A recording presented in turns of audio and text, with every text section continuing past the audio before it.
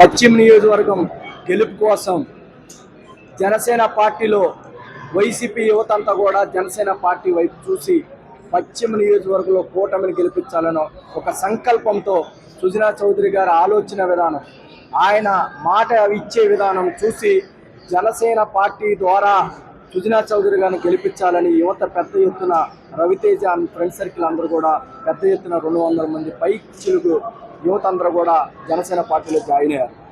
ఈరోజు కూటమిని చూసి వైసీపీ నాయకులకి చెమటలు పట్టి ఎక్కడా కూడా ప్రచారం లేదు, పశ్చిమ నియోజకవర్గంలో ప్రచారం లేదు. ఎందుకంటే క్యాండిడేట్ అంటున్నాడంట ప్రచారం డబ్బులన్నా మిగులుతాయి అనే ఆలోచనతో వైసీపీ ప్రభుత్వం డిసైడ్ అయిపోయింది. ఎప్పుడైతే సుజనా చౌదరి గారు ఇక్కడ క్యాండిడేట్గా అనౌన్స్ చేశారో పార్టీ సింబల్తో పని లేకుండా అన్ని కులాలని అన్ని పార్టీలని కూడా కలుపుకుంటూ మరి అన్ని పార్టీల నుంచి కూడా వచ్చి బీజేపీ పార్టీలో పెద్ద ఎత్తున జాయిన్ చేయడం జరిగింది. ఇది స్వచ్ఛందంగా వాళ్ళు వచ్చి సుజనా చౌదరి గారు రావటం పశ్చిమ నియోజకవర్గ ప్రజలు చేసుకున్న పుణ్యం అమ్మవారే పంపించారని చెప్పి అమ్మవారి పేరు తలుస్తున్నారు పశ్చిమ నియోజకవర్గంలో ప్రజలందరూ కూడా. ఈరోజు చూస్తూ ఉంటే కూటమి ఊపు ఆంధ్ర రాష్ట్రంలో 150 పైచిలకు వచ్చే విధంగా అన్ని సర్వేలు కూడా చెబుతా ఉన్నాయి. ఈ సర్వేలు చూసి జగన్మోహన్ రెడ్డి పిచ్చి పిచ్చిగా వాగుతా ఉన్నాడు. ఎందుకంటే సుజనా చౌదరి గారు చెప్పినట్టు మన ఆస్తులు డాక్యుమెంట్లు కూడా వైసీపీ బ్యాంకుల్లో పెట్టుకునే విధంగా మరి డాక్యుమెంట్ల మీద కూడా జగన్ పుట్ట వేయటం ఎంత దారుణంగా దుర్మార్గంగా చేస్తున్నారంటే వైసీపీ ప్రభుత్వం మనం చూడాలి. పశ్చిమ నియోజకవర్గంలో సుజనా చౌదరి గారు గెలుపు ఖాయం, అదేవిధంగా కేసినేని చిన్ని గారు ఎంపీగా గెలవటం ఖాయం.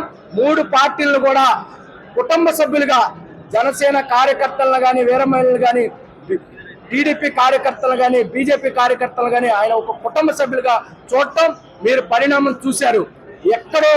ఇక్కడున్న కొంతమంది నాయకుల్ని లాగి కార్యకర్తల మధ్యలో విభేదాలు సృష్టిద్దాం అనుకున్నారు. కానీ కార్యకర్తలందరూ ఒకటై సుజనా చౌదరి గారి గెలుపు కోసం నిస్వార్థంగా పనిచేస్తున్నారు.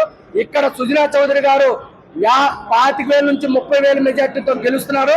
ఇది గెలుపు ఖాయమని మేము చెబుతా ఉన్నాం. అనేక పార్కులకి అనేక అపార్ట్మెంట్లకి వెళ్ళి ప్రచారం చేయడం జరిగింది. ప్రజలందరూ కూడా ఈ అరాచక పాలన ఎంత త్వరగా పోవాలి, 13వ తేదీ ఎప్పుడు రావాలి అని వేచి చూస్తూ ఉన్నారు.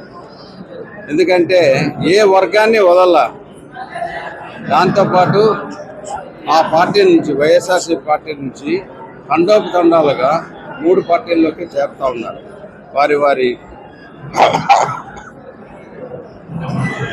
వారి రేషన్స్ ప్రకారం కొంతమంది భారతీయ జనతా పార్టీలో, కొంతమంది టీడీపీలో, కొంతమంది జనసేనలో.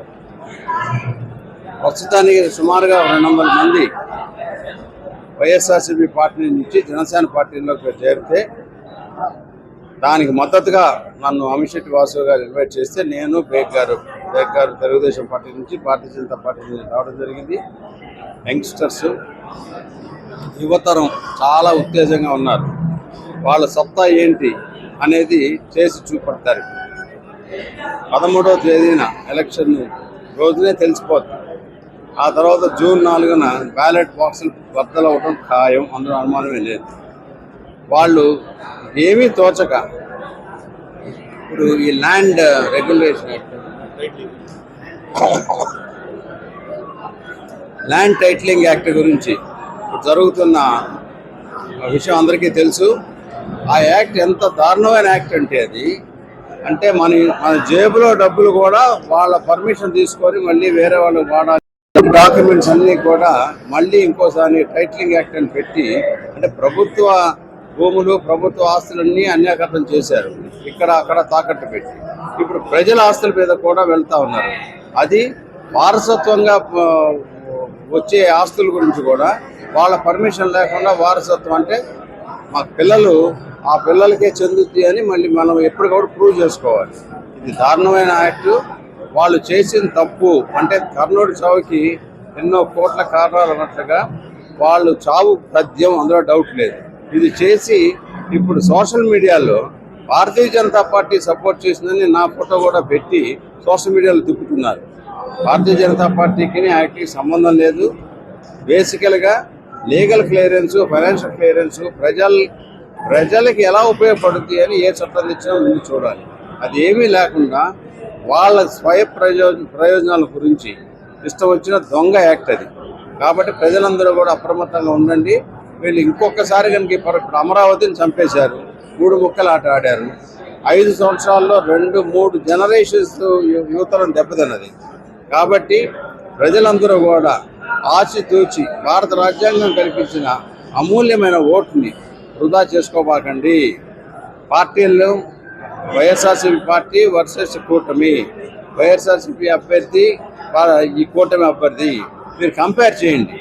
వాళ్ళ బ్యాక్గ్రౌండ్ ఏంటి, వాళ్ళ అనుభవం ఏంటి, వాళ్ళు ఏమి చేయగలరు, భారతదేశ అభివృద్ధికి, ఆంధ్రప్రదేశ్ అభివృద్ధికి, ఆంధ్రప్రదేశ్ ప్రజల యొక్క సౌలభ్యం గురించి ఏం చేయగలరు అనేది చూసి ఓటు వేయండి. మేము అందరికీ చెబుతున్నాం, మా ధర్మం ప్రకారం కమలానికి సైకిల్కి ఓటేయండి అమ్మా అని కొంతమందికి. కానీ మనస్సాక్షిగా మీరు అనుకున్న దానికి మాత్రం ఓటు పర్సంటేజ్ పెరగాలి, 100% ఓటింగ్ జరగాలి అనేది మనం చెబుతుంటే వాళ్ళే మీరు ధర్మంగా అడుగుతున్నారు, మేము ధర్మంగానే ఈసారి ఎట్టి పరిస్థితుల్లో వీళ్ళని బయటికి పంపించాలి, ఆ ఫ్యాన్ రెక్కలు ఎరగొట్టి నేల మీద కొట్టాలి అనే పద్ధతి జనమే చెబుతున్నారు.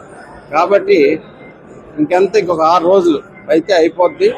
ఇదంతా చూడలేక ఫ్రస్ట్రేషన్లో వాళ్ళు పిచ్చిగా ఏదో మాట్లాడుతూ ఉంటారు. ఇంకొక 5-6 రోజులు మాట్లాడితే ప్యాక్ చేసుకొని ఇంటికి వెళ్ళిపోవడమే. ఒక్కొక్కళ్ళు కొంతమంది ఇంటికి వెళ్తారు, కొంతమంది జైలుకి వెళ్తారు, కొంతమంది వేరే చోటుకి వెళ్తారు. అది తథ్యం జరగబోతున్నది.